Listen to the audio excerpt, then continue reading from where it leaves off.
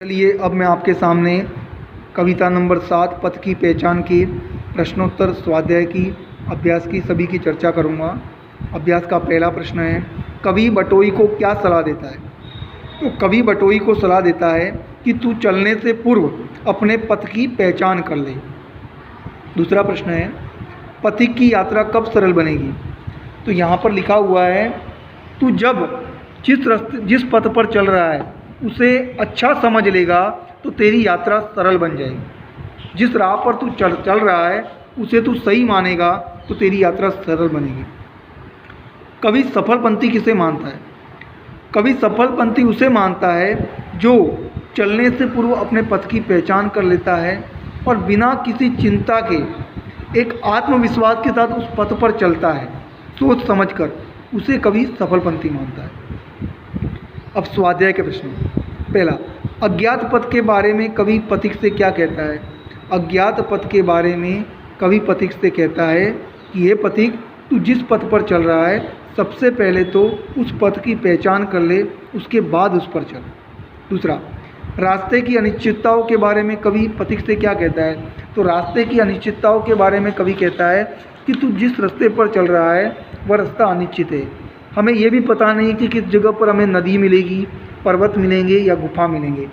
ये भी कहना अनिश्चित है कि किस जगह पर बाग बगीचे मिलेंगे। ये भी कहना अनिश्चित है कि हमारी यात्रा कहाँ पर ख़त्म होगी। ये भी कहना अनिश्चित है कि कहाँ पर हमें कांटे मिलेंगे तो कहाँ पर हमें फूल मिलेंगे। ये भी कहना अनिश्चित है कि कितने छूट जाएंगे तो कितने मिलेंगे। उसके बाद आगे प्रश्न है तीसरा, यात्रा पथ पर आने वाले अवरोधों की सूची बनाइए। तो यात्रा पथ पर हम जब चलते हैं तो बहुत सारे अवरोध आते हैं। कहीं पर पर्वतें आते हैं, कहीं नदियाँ आती है, कहीं कांटे आते हैं तो कहीं पुष्प आते हैं।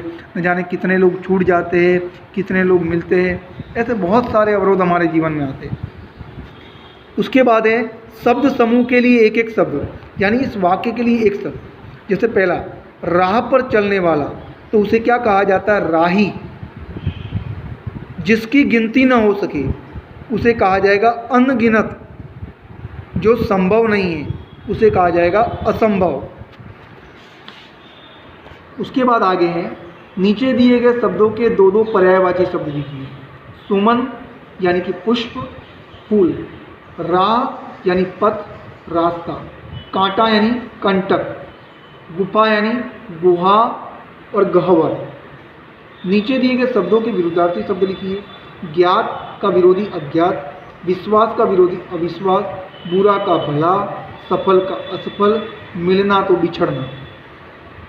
उसके बाद दी गई पंक्तियों में से विशेषण को पहचानना है और उस पर से वाक्य बनाना है। विशेषण यानी किसी की विशेषता बताने वाले शब्दों को विशेषण कहा जाता है।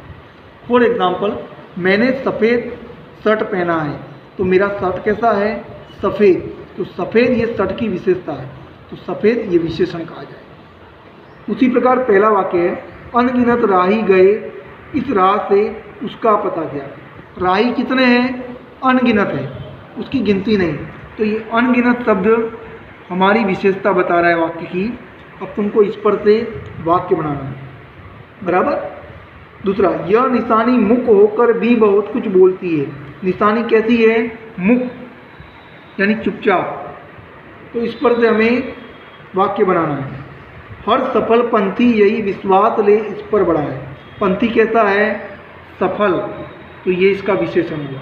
अब इस पर से तुम्हें वाक्य बनाना है। जैसे तुम्हें बनाना हो मुख पर से वाक्य, तो कैसे बनाओगे? हमें हमेशा जब सर पढ़ाते हो तो मुख होकर के बैठना चाहिए। मेरे पास अनगिनत पुस्तकें हैं। सफल तो हमें हमेशा मेहनत करके सफलता प्राप्त करनी चाहिए, या मैंने कल मैच को सफलता से जीत लिया, सफलतापूर्वक। ऐसा कोई भी वाक्य आप बना सकते हो। उसके बाद काव्य पंक्तियों को पूर्ण करना है।